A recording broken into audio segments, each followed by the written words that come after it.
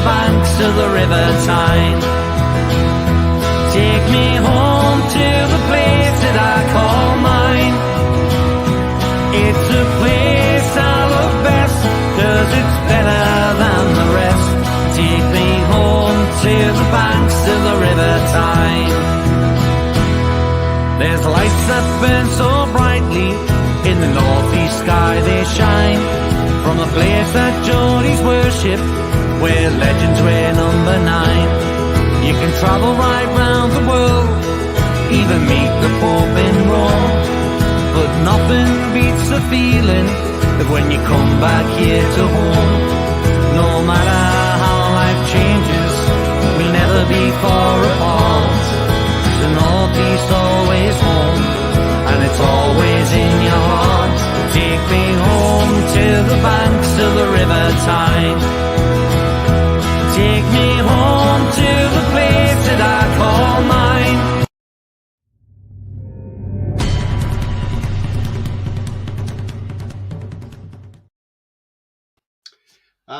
Good evening, everybody. Welcome to It's All Black and White TV, and we'll get up for another great show. So yeah, hope everybody's had a great day today, and I see the tickets have been selling out again like hotcakes.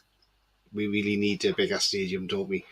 But guys, before I get in the show, if you like what you see, then please smash those likes. It really does help the channel, so smash them during the show or when you're leaving the show.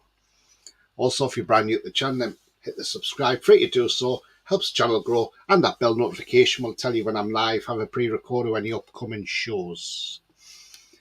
So yeah, we're gonna have a talk about VAR tonight. Let's have a talk about VAR and all the different decisions that we've seen. Some of the decisions I think VAR is too inconsistent, to be fair. But I'm going to get to some comments first. And sorry, and also I meant to say that there is a link in the chat. If you want to make a donation to the channel, then just press that and follow the instructions. Thank you very much. Sefton was first in. He says, I'll be listening in the car on my way into work. Have a great show. Thank you very much, Sefton, and have a great evening at work. Our night shift. Jake says, it worked brilliantly on Sunday. Yeah, absolutely. Evening, Tony. Hope you've been behaving on Twitter today. I've been behaving myself. Don't you worry about that. Do you know what it is, so Ian? I just don't get it. Why that word has suddenly offended somebody. But, you know, we say it all over. And not only that, I've seen far worse said, and I've reported racism on Twitter, and they do nothing about it. They don't care, because apparently it doesn't go against the guidelines, which is surprising. And Mark says, take me up the banks of the River Tyne, Tony. Yeah, absolutely, mate. And it's a great tune, that, isn't it? Absolutely fantastic. Yeah, so let's talk about different inconsistencies with VAR this season. I mean, we've seen a lot of it go on. And it, you know, it's game by game. You're seeing different decisions for different things. And there's so many that we can talk about. There's just so many out there. I mean, I'm gonna jog everybody's memory back and see if you can all remember this. This is back from September 2022. I was at that game, and I mean, you know, it was Crystal Palace at home, and it was this. So there we are, the incident. So you've got the incident there where Joe Willock is pushed into the goalkeeper. You could see he shoved into the goalkeeper more than pushed. The ball ends up in the back of the net. Now, Michael Salisbury at the time was the referee on the field. Not a very experienced referee. Lee Mason on VAR should have helped him out more. Didn't give him any angles.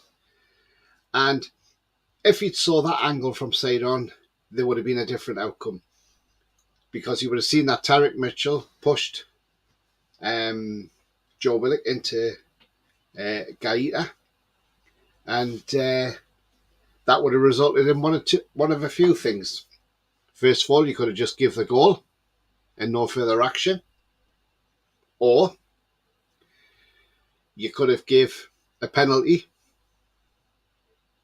and a red card because it's a professional foul because there was nobody covering. Obviously, you had the goalkeeper there, but he was last man. So, you know, there's a lot that could have happened in there. Fortunately, didn't go for us, and the goal was ruled out.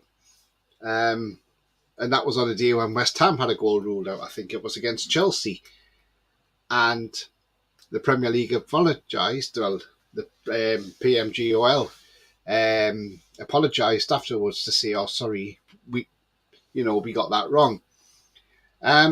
It's just not good enough getting stuff like that wrong, because that cost us 2 points, because we probably would have gone on and won that game, and that's 2 points dropped that day. This is where VAR is too inconsistent. Twitter have their own rules, says he. Yeah, they do, absolutely.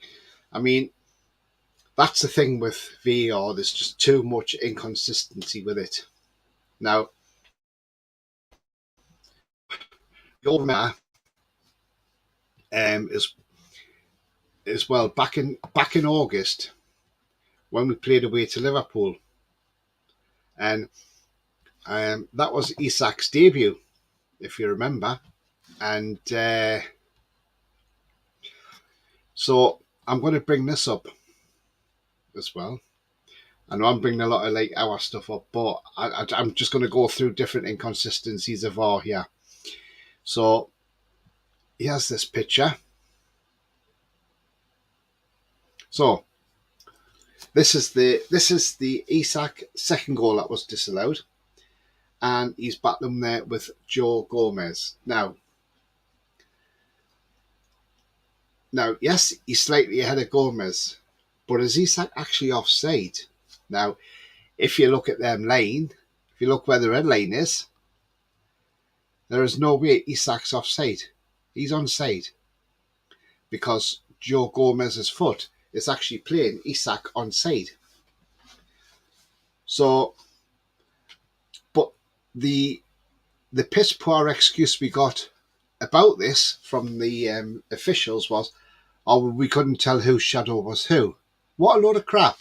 If they had looked at that properly, pulled the line up properly, they would have seen that there is no way he's offside, because you've got Gomez's foot there, the toe end of his foot, and that's ahead of Isak's arm. So there's no way Isak is offside.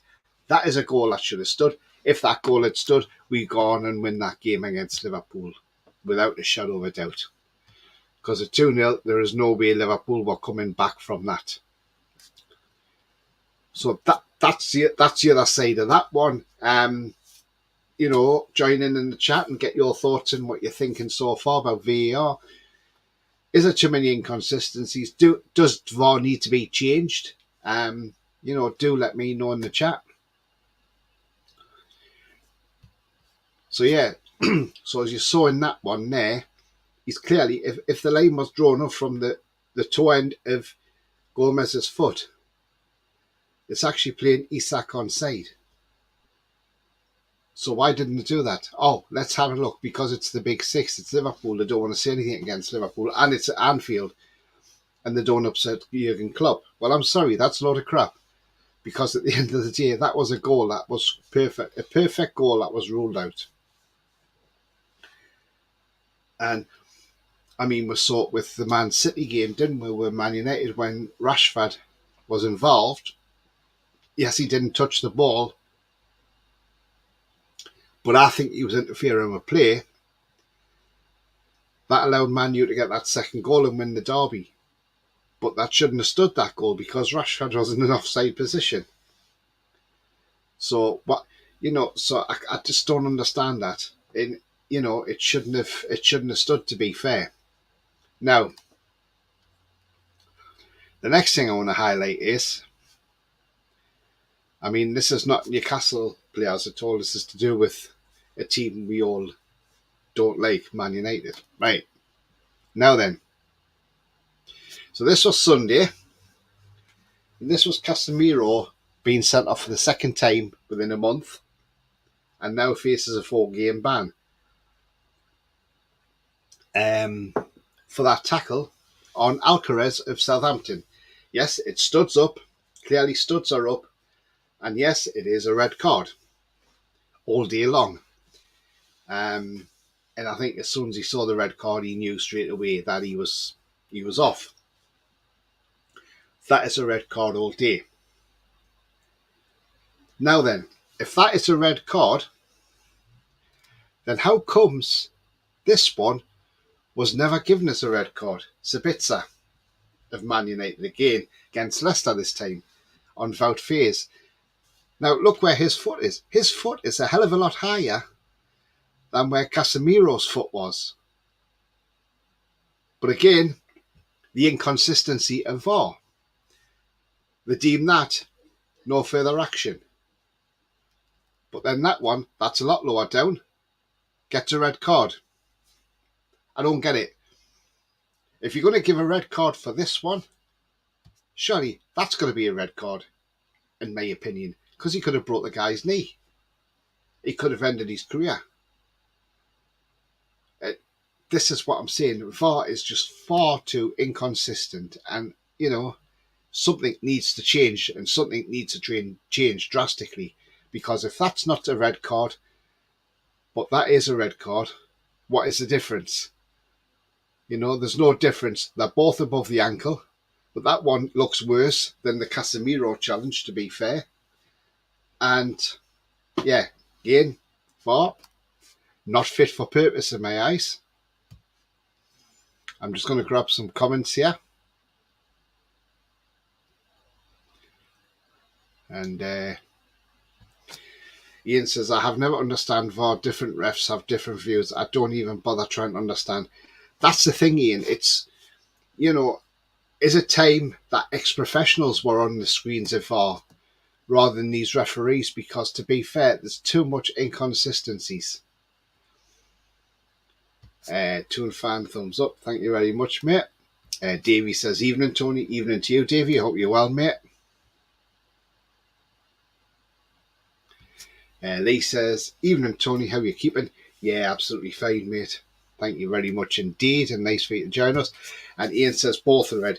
Yeah, absolutely, Ian. I mean, I don't get how Sabitzer got away with that tackle. How he got away with that is beyond me. He should have been out of the final. Simple as that. Not that he affected the final, by the way, in any way, shape, or form. But he should have not been in that final at all. He should have been suspended for that. But yeah, like I say, this is a problem with VAR. There's too much inconsistencies, and it needs to stop. So I'm just going to bring another one up.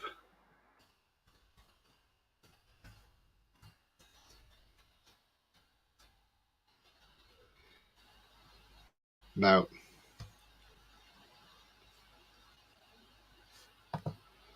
let's open that up there.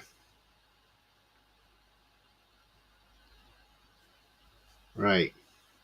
So I'm going to bring this one up. And this is Newcastle related, by the way. So this is Sunday's game. And this is Wolverhampton Wanderers at home. Now, the Nick Pope incident. Now, you see Nick Pope's going for the ball. Now, if you watch Jimenez there, he's actually running into Pope. So, in other words, I don't think this was ever a foul by Pope. I think it was just a collision. But Jimenez went down to try and get the penalty, which, because this guy, let's be real, hasn't scored goals for a while, has not been very regular for them. So, he was probably trying to get a penalty so they could get a goal and a red card. But that was never a sending off in my eyes. Never a red card, never a penalty. And if I can get a better picture, I will bring that up on screen as well. Lee says, refs need to toughen up on more fouls like that. Yeah, definitely do, definitely. Davey says, refs don't seem to have any penalty for incorrect decision. No, that's a thing, Davey. And do you know what? That's a very good point you've just made there, mate. Because I think referees, yes, we know they get dropped. Yes, we know they get dropped if they've made an error or whatever. I mean, John Brooks made one on VAR and he got dropped, didn't he, from refereeing the game. But I think there should be more than that. I think the thing is there should be more punishment to these referees. There should be some sort of like system, like if you have like so many mistakes, you can't referee for a month or whatever. Maybe it just freshens things up. We've got to see what we can do. Ian says, I've always said use ex-pros, but people say they could be biased. Yeah, could be, but again, we'll never know unless we don't try. He fell onto Pope to try and get him a red card. Yeah, I totally agree. And Ian says, I must admit, I thought Pope won. We got lucky with. We did in some aspects, but this is the other thing. And what is a clear and obvious error? Now, Andy Madley was well away from play on that picture. He wasn't up with play at all because everything happened so quick. So he wasn't able to catch up with everybody. But you look at that. But you look at that and you think, right, okay then. But VAR look at it and say, no obvious error in there. I can't overturn that and make the referee go to the monitor. Good stuff. Good stuff for us Newcastle fans. And yes, they do say things even ourselves out over a season. But now, if the referee had gone to the monitor, we don't know what Andy Madley would have decided to do. But at the end of the day, it didn't cost us. But like I say, what is a clear and obvious error? Do you think football should go down the way of like cricket does? Maybe you get a review per game. So you've got one review that you can say to the referee, I want this reviewed. And then he goes to the monitor and has a look at it. Or is that just stopping the game too much if we did something like that? Like I say, it all depends, doesn't it? It's a tricky one.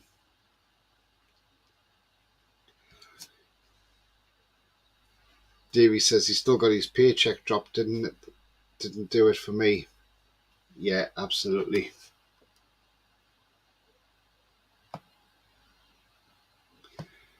Lee says, refs should be shown the red card. Yeah, I think so. Yeah, definitely. Lewis says, we should have had a pen in the second half. Yeah, we should have, Lewis. Absolutely agree, mate.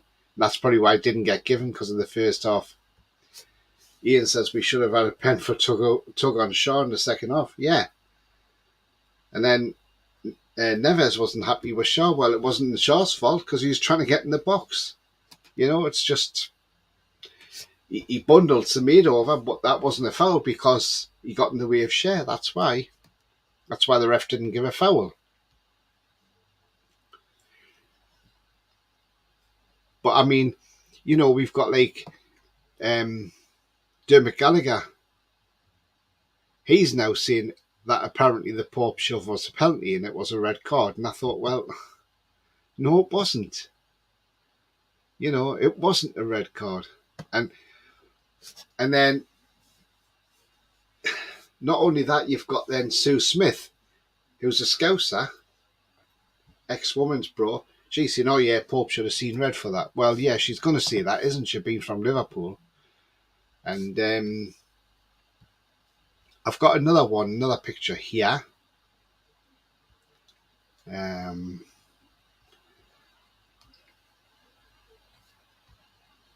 Now, if you look at the way he's going down, it looks like he's diving to be like Tom Daly, Raul Jimenez. And that's possibly what's saved Pope as well, because he was looking for the penalty. That's why. And maybe that's why VAR didn't overturn it, because they looked and thought, hang on a minute, He's actually looking for a penalty here. He's not actually wanting to play the ball. He saw Pope coming. He's waiting for Pope to hit him so he can go down and get a penalty. So that's possibly another reason why that wasn't given. Who knows? I think it would be nice if people could come out and tell us what's going on with these decisions. Should it be after the match? And do get this in the chat. Should referees after every game be accountable and be put in front of the cameras to explain their decisions of the day? Because I think that would be a good way forward. I mean, yes, we want to make the refs up. That would be great to hear them make, the referee speak. Like if you ever watch cricket or rugby, if you watch cricket or rugby, then they'll say, you'll hear it over the tannoy. They're explaining that situation. Like on cricket, you'll hear them saying, "Oh, right, to the TV director, can I have a front on view, please?" Yeah, okay. Can I have the ultra edge or whatever it is? Then can I have a side on view if it's for a stumping? Or if there's a catch and it looks like it's at the grass, can I have that zoomed right in so I can have a look? Just so they can make the right decisions. And that's what they do, they make the right decisions. And sometimes umpires get told to overturn their decisions. And as much as they probably don't like it, but that's what you've got that system for. That should happen in football, I think. What we should have is something coming over the tannoy and hearing a decision of what's happening, why they're checking it and what they're checking for. Because we don't know what they're checking for. We know they're going to check for a possible penalty or possible handball or whatever it is, but it would just be nice if we could just hear them speaking about it. But also it would be great, I think, for a referee to be put in front of the cameras and have like a post-match interview and explain decisions, different decisions. So say like that Willock goal that was disallowed back in September, that one there. At least have Michael Soulsby in front of the cameras to say, right, well, actually, this is why I came to that decision that it was never a goal. Because I only saw one angle. I didn't see other angles. Well, no, that's why it was disallowed, because you didn't see the angle that you should have saw. If you saw that angle, he allows a goal, or he gives a penalty and sends a player off. It's a joke, and that's why VAR needs to be sorted out.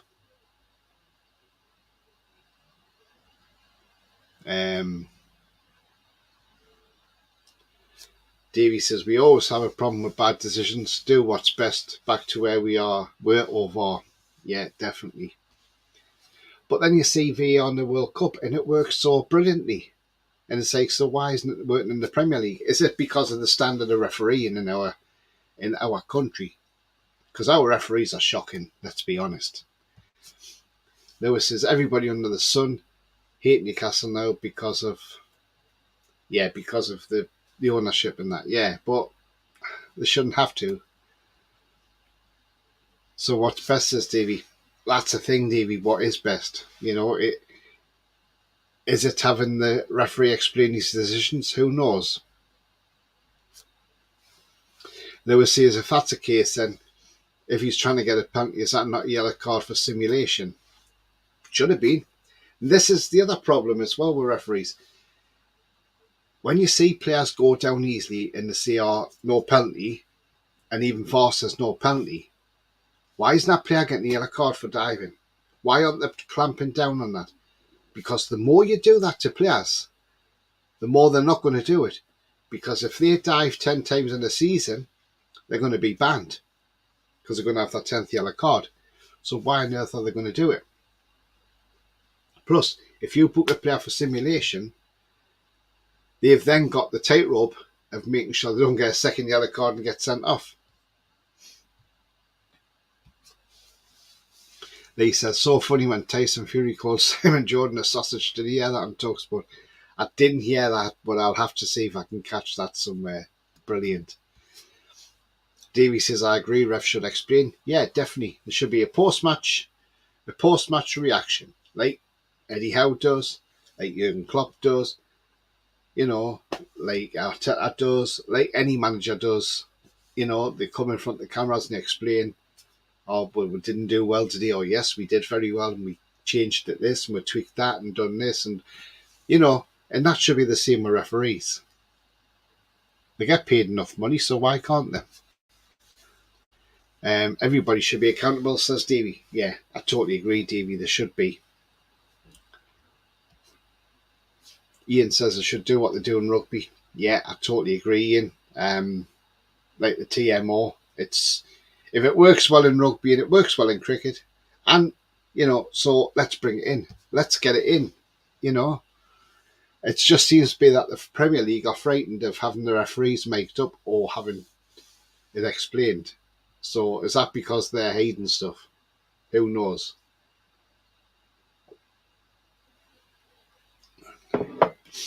But we've got to get round. We've got to get round this VAR somehow. Dave says, hope you're well. Yeah, absolutely fine, mate. Thank you very much indeed. And Lewis says, make up the referees and then we can hear what the players. That's another thing. I think they're worried about making up the refs in case if a player swears or they don't like what they're getting, but that's unfortunate. It's one of those things that's going to happen. And, it is. It's crazy. Davey says, Premier League are as corrupt, in my opinion. Yeah, they are. Definitely. I mean, when you go back to our takeover going through, as soon as we done that cat case hearing, it was funny how that was, I think that was due to go to a full hearing, and the Premier League jumped in and made sure the takeover went through because they realised the corruption would come out. And they were worrying about that. So, yeah, absolutely correct on that one there, Davey. I mean, as I say, it's been a lot of wrong VAR decisions, and it's just absolutely ridiculous how VAR just happened to just come out with this stuff. It's, you see some decisions that go against you, and and what they don't realise is with this VAR, that with VAR they're just they're just out to make the rules up as they go along. Seeing it's a clear, and I mean this was the one. I'll show you this one on screen.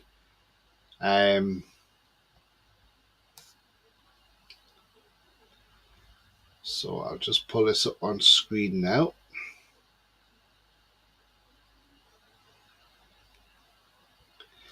So on the day our VAR decision went against us, against Crystal Palace back in September, this was the West Ham one. Now, if you look at this one here, Jared Bowen is quite clearly tripped by Mendy, the goalkeeper of Chelsea. Now, I think if I remember, Bowen got a booking in that game for simulation. That's not simulation. That is somebody being tripped by the goalkeeper. Now, in my opinion, the goalkeeper was the last man because Koulibaly's behind, nowhere near the keeper. So that means that he would have to be sent off. In that case, nothing happened. But VAR checked it. Nothing happened. Weird. So, it just shows you what happens in VAR. And that was why after that game, in our game, there was apologies issued to West Ham and Newcastle about what had gone on. And there was another two here where they're saying, they're checking a goal for a possible foul on that one. And the other one they're checking for a red card, Fulham Arsenal, and that one was Man U Arsenal. Fulham Villa. But yeah, so, but like I say, on the main one with the Jared Bowen, that is a clear trip, clear penalty, and again, it's VAR, and they're very, very inconsistent with everything they do.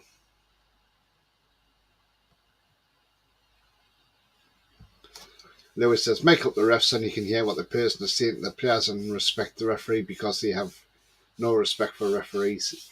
Yeah, I totally agree, Lewis. And even if they do swear, there's nothing you can do about it, unfortunately. It's one of those things. They could make up and use recordings if required, edit foul language. Yeah, they could do, yeah. They could have a 5-second delay so they can bleep it out before it comes out. But at the end of the day, it's live TV. It's like when you hear them in the crowd, if you hear a manager on a touchline shouting and swearing, it gets picked up and there's nothing you can do about it. It's a fact of life, unfortunately. Matt Harry, lad, says Mag. Yeah, absolutely fine, mate. I hope you're very well indeed. Lewis says it's probably going to be the worst VAR this season. It's probably worse than the first season we had it in. Do you know what, Lewis? I have to agree.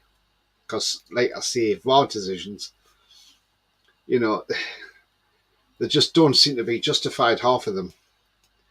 I mean, should we have had a penalty in the first half against Wolves? Was it a handball by Lamina in the area? It's just absolutely crazy, isn't it? But the amount of different VAR decisions that go, it's just absolutely ridiculous. I mean, VAR is there. In some ways, it's a great thing. VAR, when it goes for you, VAR can actually be a great help. But sometimes VAR can be, a menace. Here's another one I'll bring up with VAR. So now this was again, this was pre-World Cup. So this is when we played Bournemouth at home. We were 1-0 down. And this is when Trippier's cross came over and Jefferson Lerma had stuck his hand out. Correct decision was a penalty. Had to be a penalty.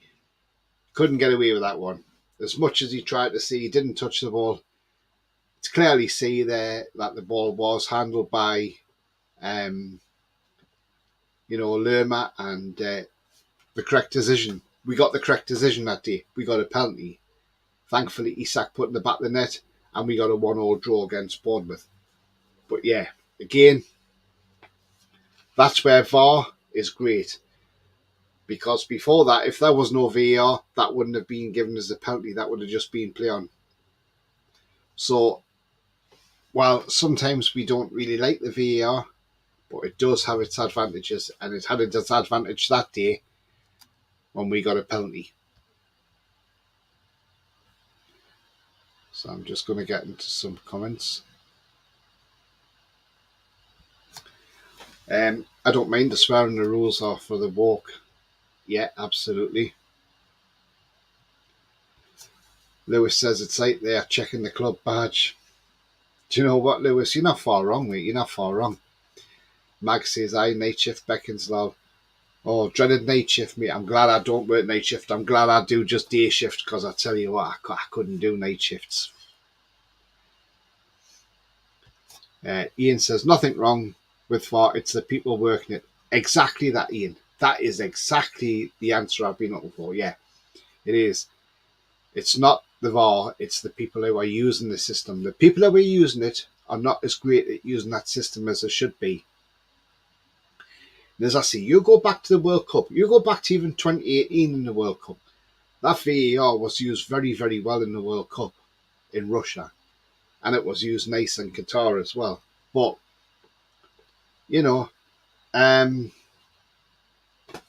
it was like England getting a penalty for you know, the second time against France, and the referee had to go off and check the monitor and come back and say, yes, it's a penalty. It does work. But the problem is you haven't got the referees in this country who are good enough to work it. Lewis says, can I put sensors in the ball? Hit and tells the referee automatically. Yeah, that's another one. I mean, I like that that offside they had in that semi-automatic offside or whatever it was in the World Cup. I thought that worked very well, to be fair. Oh, he means hit the hand. Yeah, and tells the referee. Yeah, definitely. Davey says, when I was a school kid, a 4-year-old, we used to use F off, etc. It's where we're from. It's called industrial law. Do you know what? It goes on in the workplace. People swear in the workplace. People swear in every walk of life. You know, it's different. But, you know, and just because you hear it on the TV means, oh, you're going to get offended. And it's like, why are you offended by it? You know? It's no good saying, oh, well, I don't want to hear swearing on TV because I don't want my child to hear that. But you could walk down the road and somebody could be standing on the street corner effing and blinding. And the Ben picks it up and say, well, there you go, you know? Like my daughter, when she was in a buggy, she was just about 1.5. And she heard somebody swearing and she picked it up. You know, it's a fact of life, unfortunately. Davey says, I like night shift, double bubble for me, and paid next day a single time when sleeping. Yeah, I couldn't do night shifts, to be fair. Mag says, it's looking after students, lolly little sheriffs. Oh, nice one, mate, nice one.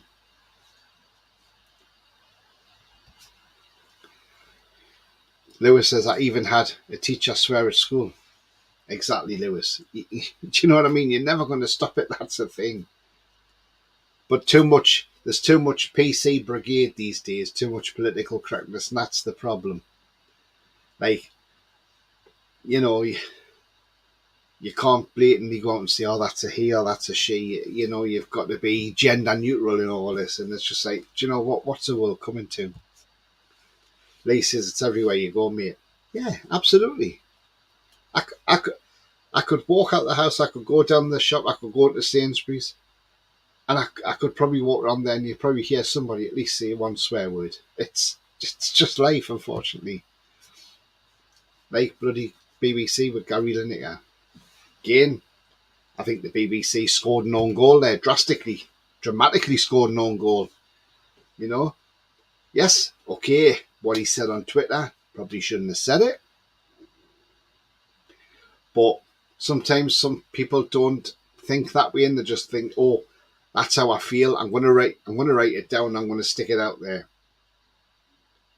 But I think that the BBC made a huge clanger over this because the viewing figures for Match of the Day were well down.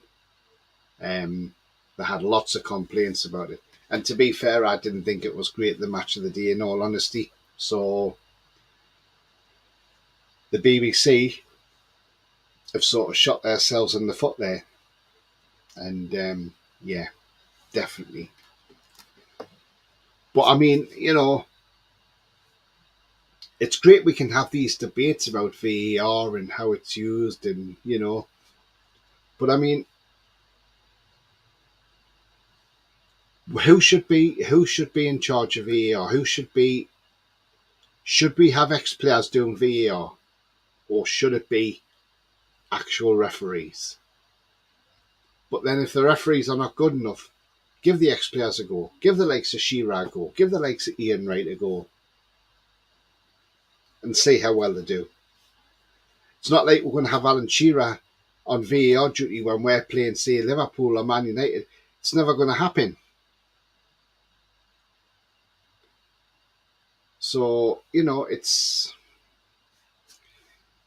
one of those.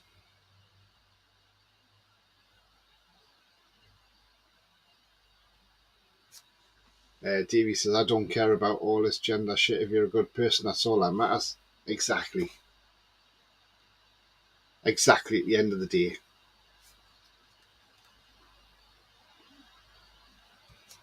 David says their viewing figures went up 500,000 for the match of the day. Lol. Oh, they went up, yeah. Just what people have said that they weren't very good, but yeah, it was just weird that they didn't even put. I mean, why didn't they even put the intro on for match of the day? I don't understand that one. That was a bit strange. Lewis says match of the day absolutely shit, so boring. No intro, just straight the highlights. Yeah, it was. It was a weird one, that Lewis. That's what I'm saying. They could have at least played the intro. Davey says VAR should be independent. Yeah, I totally agree. It should be an independent body in charge of VAR. And that way you may get better decisions. But the problem was, when we had the VAR in this country after the World Cup of Russia, we weren't using the technology enough. And FIFA put out a thing and said to all the associations, but especially to the Premier League, because we were the ones that were holding out the most for it. And it was right what they said.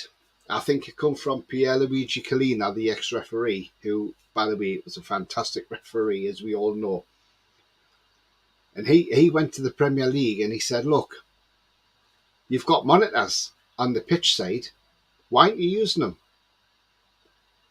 Why are you waiting for a guy in the studio to have a look through it and then go, oh, by the way, that's fine, just carry on? Why aren't you going to the monitor to check things? And after that, the Premier League decided, oh, we better start using these monitors. Well, yeah, you better, because what's the point of having a monitor at the side of a pitch if you're not going to use it? You know, you may as well not have it at all.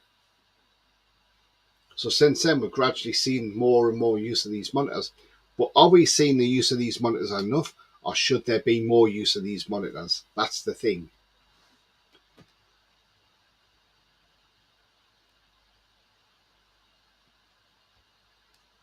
I think they all scored known goals, says Davey. Yeah, absolutely. Rolly says, hi, Tony. Hi, Rolly. Hope you're well, mate. David says, it didn't put the intro on because they're all bitter. They all sing off the same hymn sheet. Yeah, they do, mate. Absolutely.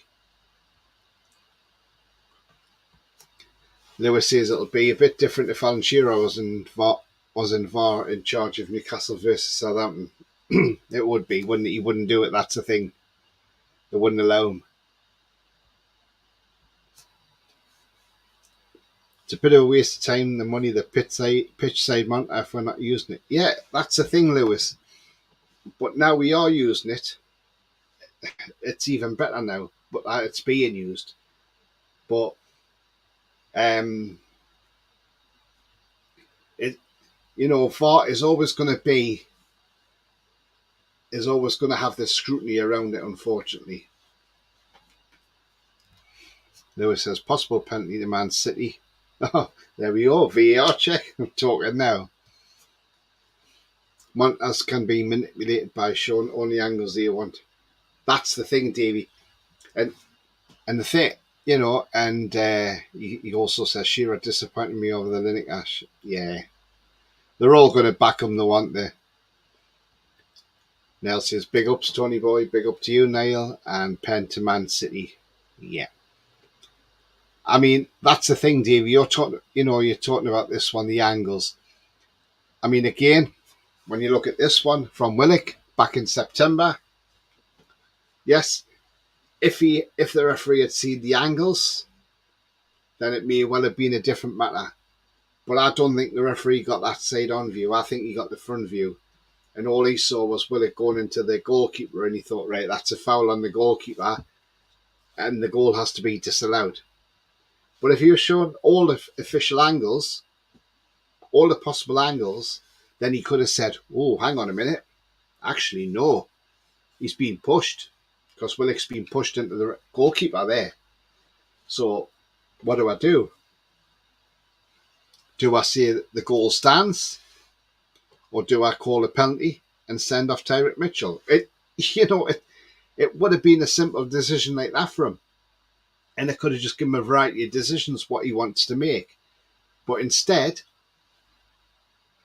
he disallowed the goal because he didn't get the views that he wanted, the angles.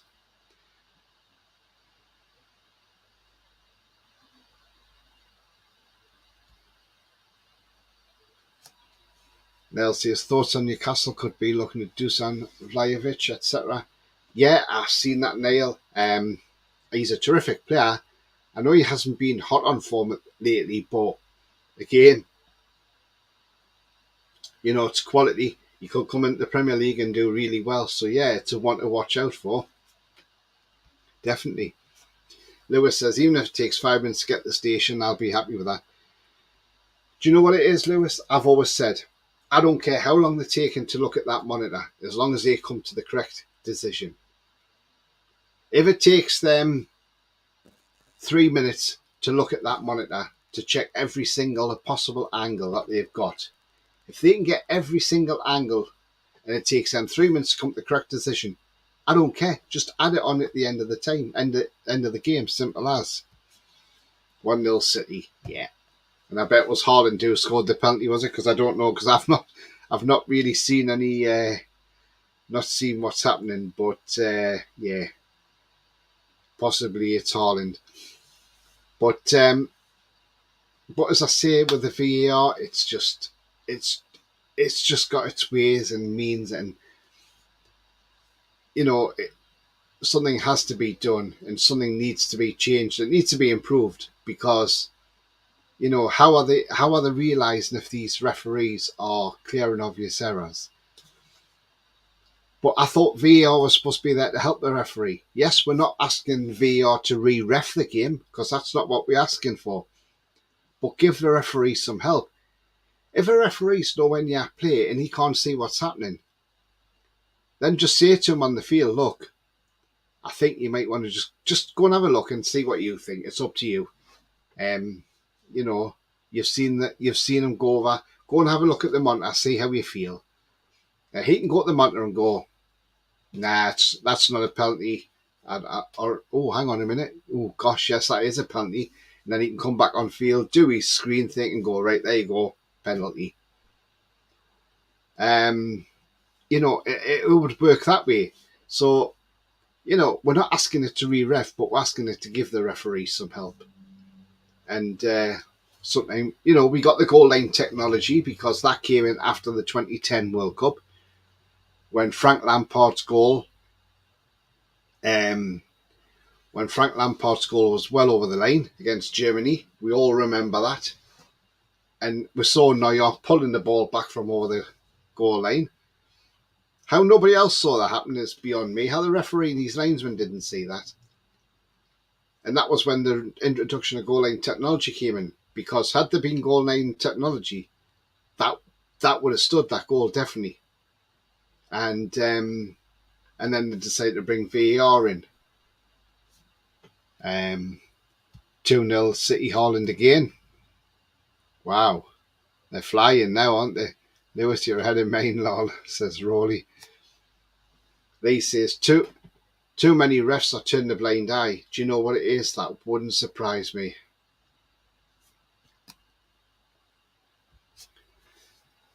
Lewis says, I'm watching on my BT Sport on my Virgin box.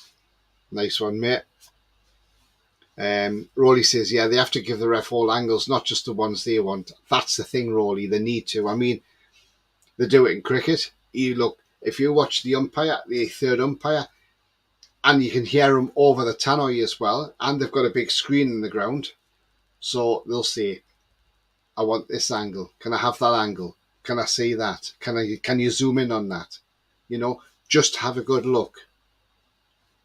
That's what we need to do in football. 2 goals in 78 seconds, says Lewis. Wow. That is quick from City.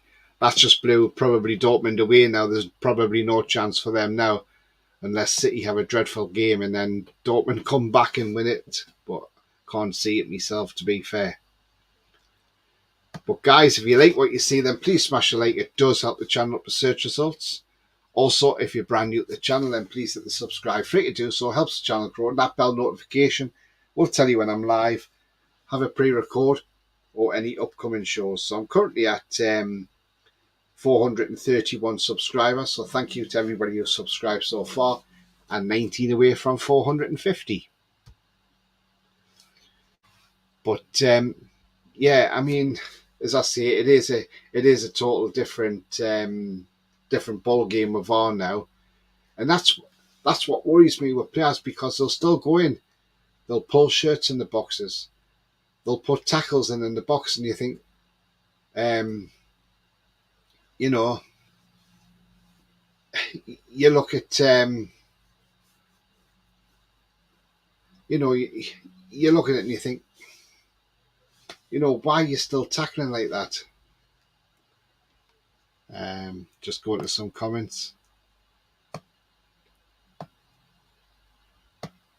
Lewis says, I'm not playing Dortmund. Yeah, of course, Leipzig. Sorry, not Dortmund. Yeah. Oh, sorry, ignore me. My bad. Yeah, Leipzig, not Dortmund. Yeah, it's all right. Davey says, sometimes slow motion makes it look worse. Yeah, it does, Davey. Yeah, you're absolutely right. But I still think if you've got 5 angles of that incident, then you show all 5 angles. Simple as. You don't just say, oh, I'll show you 1 or 2 angles that I want you to see. You show every available angle, just to give that referee a more clear mind. David says, people are talking about signing Mason Mount, but surely Maddison will be a lot cheaper because of his contract.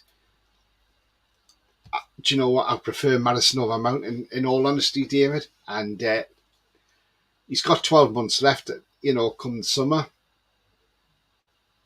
Leicester have to sell him in the summer. They don't have to, but if they want to make money, they're going to have to. Because what Leicester is, they've got to pay Norwich a 15% sell-on clause. And Norwich are probably well paid, because they probably thought, well, we could have had a decent amount of money coming into the club if you'd sold him last summer. But if they don't sell him this summer, they're going to risk another Tielemans, because Tielemans is leaving in the summer on a free. Maddison could leave next summer on a free. So Leicester have got to be really careful at what they're doing in the summer. They've got to think long and hard. If we go in with the £45 million bid, they're going to have to say, oh, hang on a minute. There you go. Take them, because they're going to have to think, right, do we hang out for more money, or do we just say, no, we'll have to sell him because he's going to be out of contract in a year's time? That's their problem, Leicester. Davey says, agree, Tony, all angles. Yeah, definitely, mate. Lewis says, good news for us. Casemiro can't play against us. No, he can't. Not at all. Ian says that Chuba Akpom seems to be a good striker. He's 24th for Middlesbrough tonight. He's on fire, isn't he? Absolutely on fire. We could have a derby match next season against the Borough, couldn't we? A Tyne-Tees derby coming. So who knows? Michael Carrick's doing very, very well. But they're all touting him at the moment and saying that if Moyes gets sacked from West Ham, that Carrick will be the new manager. I wouldn't bet against it, to be fair. But then can you see him leave Middlesbrough after getting a job there? I'm not sure. He might show a bit of loyalty, I think, towards Middlesbrough. But yeah, you're absolutely right though, Lewis, about Casemiro. He can't play against us after that on Sunday there. But anybody just joining, what I'm on about is, with this VAR, how it's inconsistent is, now we look at that tackle there by Casemiro on Sunday, studs up, over the top, yep, okay, it's a red card. But a few weeks earlier, a week before the Carabao Cup final against Leicester, foul face, tackled by Sabitzer. How is that not a red card? That's well above the ankle. That's in his knee. That could have caused serious damage. That could have ended that player's career. So how is that not a red card? But that one is. That's the mystery of VAR, isn't it? That's the inconsistencies around VAR. That's a red card because it studs up and it's above the ankle. But then so's that above the ankle. That's halfway up his leg. So if that's a red card, that is a definite red card. this is why VAR needs to have a bit of a shake-up, in my opinion.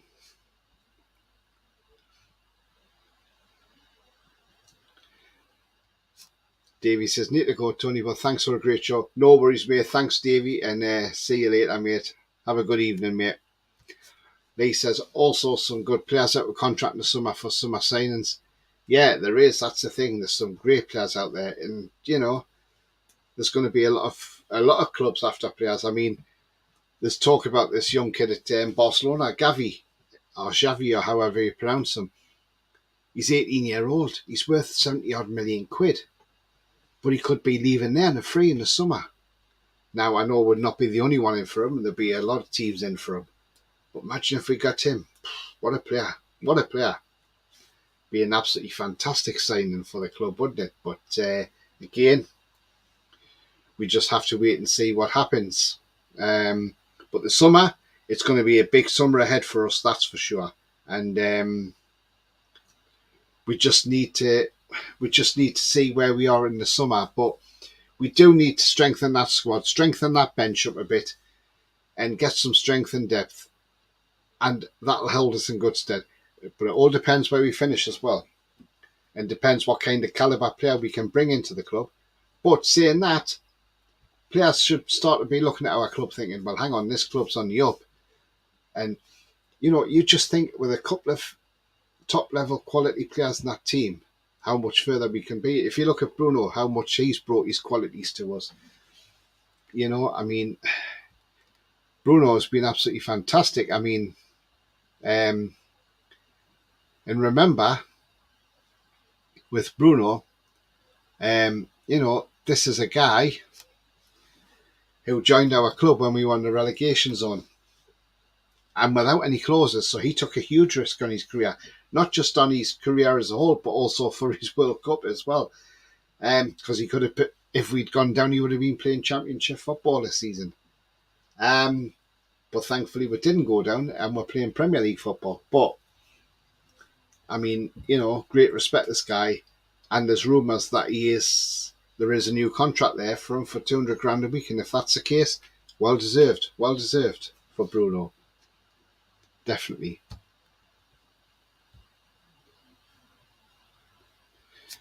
Lee says 5 summer signs at least. Yeah, I think so. Minimum, mate. Yeah, definitely. And Bruno's the backbone of the team. Yeah. Absolutely agree, mate. I mean, we're linked with Rafinha. Now, yeah, Rafinha isn't a bad player. And, he done well at Leeds and what have you.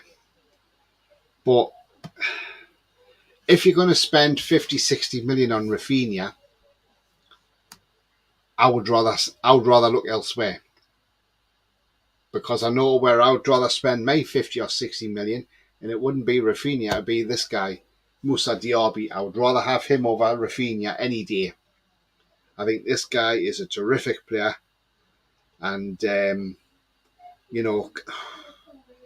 you can just imagine, if he comes into the club, I just think he would be better than Rafinha. That's in my opinion. I think he would be better than Rafinha, in all honesty. Plus, he'd be on a lot cheaper wages than what Rafinha's on. So that's who I would take. But we definitely need a DM, a number 6 as such. I mean, we spoke about Edson Alvarez as a possibility. Manu Kone is another possibility. Big clubs are going to be after them.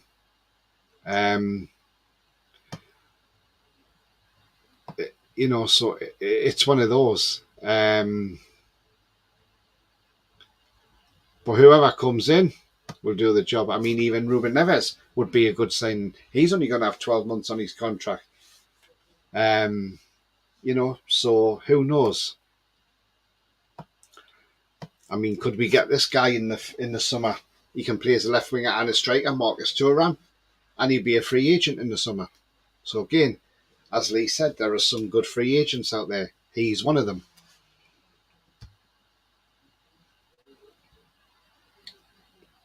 But But I'm coming to the end of the show now, guys. But thank you very much for tuning in anyway. It's been an absolute pleasure. And just been great to have these debates like about VAR. Is it fit for purpose? I think it is fit for purpose if it was used in the correct way. It is not being used correctly. As Ian said earlier on, if we had the correct people using it, then it would be used correctly. Rory says, I would like Diaby. We also need a central defensive midfielder, striking, attacking midfielder and a centre-back, in my opinion. Yeah, we need to replace Lascelles because I think Lascelles will probably leave in the summer. I mean, Rory, you were on with John last night on his show, on his transfer show. And I know John was talking up Rafinha. Right, Rory. In there, just tell me who you would prefer, Rafinha or Diaby. Which one? Because that'll be very interesting to see what Rory comes back with. Because I know John did talk up Rafinha quite a bit last night. You know, I mean, I'll tell you what I'll do. I'm going to have a look at the stats and let's see what Rafinha stats are versus Diaby. So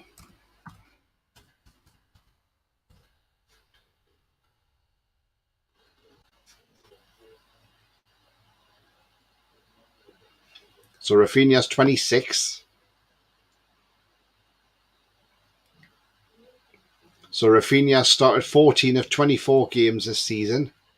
He's been Team of the Week 5 times. He's got 6 goals and 4 assists. So he's not done too bad. Right, we're going to go and have a look at Musa.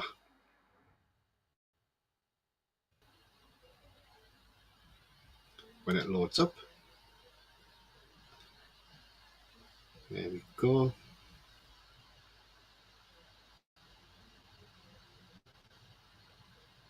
So, Musa Diaby. Don't want the Europa League, we want Bundesliga. There we go. So, Musa Diaby has started 23 of 23 games. He's been the Team of the Week 3 times. He's got 8 goals and 4 assists. So, a little bit of a difference in the respective leagues. But in any way, I would rather have Diaby with a drop of a hat. Lee says, been a great night tonight, Tony. Could even get Paqueta if West Ham go down. Do you know what? I don't think we want Paqueta, though. That's a thing. But it could be. Who knows? Because if West Ham go down, that's massive. That is. Rolly says, Diaby every day of the week and twice on a Sunday. Do you know what, Rolly? Absolutely, mate. Absolutely. I would have Diaby over Rafinha any day of the week. Definitely, mate. I totally agree. And I'm glad you're agreeing with me as well. So, guys, if you like what you see, then please smash a like. It really does help the channel. So if you want to smash those likes either during the show or on your way out, that would be fantastic. It just helps the channel up the search results and people can find it easier. Also, if you're brand new to the channel, then please hit the subscribe. Free to do so. Helps the channel grow. And that bell notification will tell you when I'm live, have any pre-records or upcoming shows. But yeah, I mean, like I say, we've had a great debate tonight about VAR. We've all got our own opinions on VAR and how it should be used and how it's not being used correctly. And that's been great. And then we've had a little bit of transfer talk towards the end of the show. So brilliant. What I've got coming up is I'm hoping I'll be doing a preview for the Forest game. Hopefully I'll have a Forest fan on to join me for that. So that'll be absolutely great if that happens as well. So I'm trying to get a Forest fan on. Then there'll be a build-up show on Friday evening. So I'll have the team news for everybody. And then Saturday at 2 p.m, I've got a special show on Saturday. And I'm going to be welcoming Macy from Devils United. She's a lovely girl. Absolutely brilliant. not just on men's football. She likes our women's football as well. But she's absolutely brilliant. That will be a cracking show on Saturday, and I'm going to ask her about those 2 tackles and ask her how inconsistent VAR is and see what her answer is, as she's a Man United fan. But she's a great girl, and a lot of people like her. But yeah, so that's what's coming up on this week at the moment. So, but do stay tuned, and I'll just go into the last comment here before I go. And Ian says, do a Chelsea and buy them both. Do you know what, Ian? That's not a bad. Do you know what? That's not actually a bad shout, Ian. That's actually quite a good shout. And do you know what it is? We've got the money to buy both, but we just got to be careful with FFP, of course. But hey, that's not a bad shout, Ian. Absolutely, mate. I totally agree with you on that one. But yeah, because Barcelona have got to sell players apparently, haven't they? So one to watch, definitely. But yeah, that's what I've got coming up this week, guys. And as I say, enjoy whatever you're doing for the rest of the evening. And Lee says, getting Wood on the show. No, I'm not getting Chris Wood on. No, definitely not Chris Wood, mate. See you later, Tony Great Show, says Ian. Thank you very much, buddy. Thank you very much indeed, Ian. Yeah. So like I say, I've got a few things up this week, so keep an eye on all that. And but until then, guys, stay safe. Enjoy the rest of the evening. If you're watching any football, enjoy the rest of the games. And until then, I will see you on the next show. It's bye-bye for now, and see you later. Bye-bye, guys. Take care.